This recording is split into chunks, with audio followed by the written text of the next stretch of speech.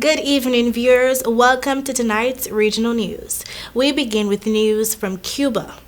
Cuba blamed historic protests that took place over the weekend on U.S. economic suffocation and detained some of the highest-profile activists, while the Biden administration said it supported the Cuban people's right. The streets of Havana were quiet on Monday, although there was a heavy police presence, and the Capitol building, where more than 1,000 had congregated the day before, were blocked. Thousands of Cubans joined street protests from Havana to Santiago on Sunday in the biggest anti-government demonstrations on the communist-run island in decades. They were protesting against the country's dire economic crisis and handling of the pandemic, but many went further, calling for an end to communism and chanting, I quote, "freedom," end of quote.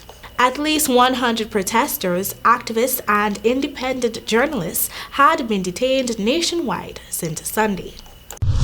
We now look at news from Barbados. 9 of 18 COVID-19 samples recently tested by the Caribbean Public Health Agency, CARPHA, revealed that the Delta, Gamma, and Alpha variants remained present in Barbados, Chief Medical Officer Dr. Kenneth George said. At a press conference Sunday outlining government's response to the discovery of 40 positive coronavirus cases, he disclosed the results of the testing received 2 days ago from the Trinidad-based agency. George further disclosed that 3 vaccinated travelers have tested positive for COVID-19. The chief medical officer, however, made clear that vaccines offer much protection for those who contract the coronavirus, and he urged Barbadians to get vaccinated. George stressed that even with the variants, prevention and control measures, including mask wearing, physical distancing, hand sanitizing, and vaccination, remain the best protection against the virus.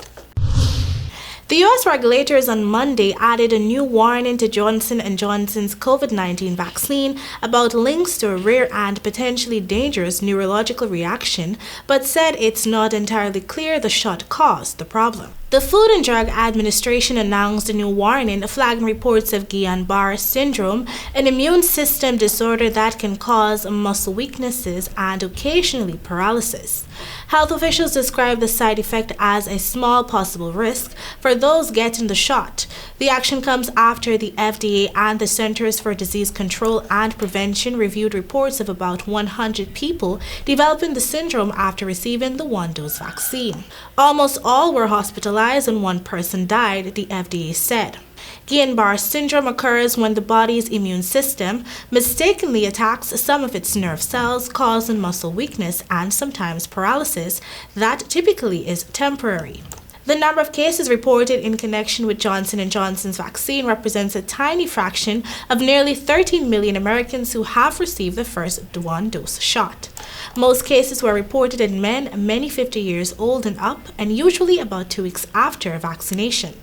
Johnson & Johnson said in a statement it has been discussing reports with the FDA and other health regulators around the world. The CDC said it would ask its panel of outside vaccine experts to review the issue at an upcoming meeting. And finally, an update from Haiti. The National Police Chief of Haiti indicated that he believes a Florida-based doctor, Christian Emmanuel Sanon, was plotting to assume the presidency. The U.S. dispatched a team to assist in the investigation. The accusation that a Florida-based doctor was a central figure in the assassination of President Jovenel Moïse of Haiti has been met with bewilderment by some who knew him and surprised by prominent Haitian Americans who said he was not known as a major political player. About 24 people have been arrested in the killing, and Haitian officials have placed the doctor, Christian Emmanuel Sanon, 63, at the center of an investigation that has stretched out from Haiti to Colombia and the United States.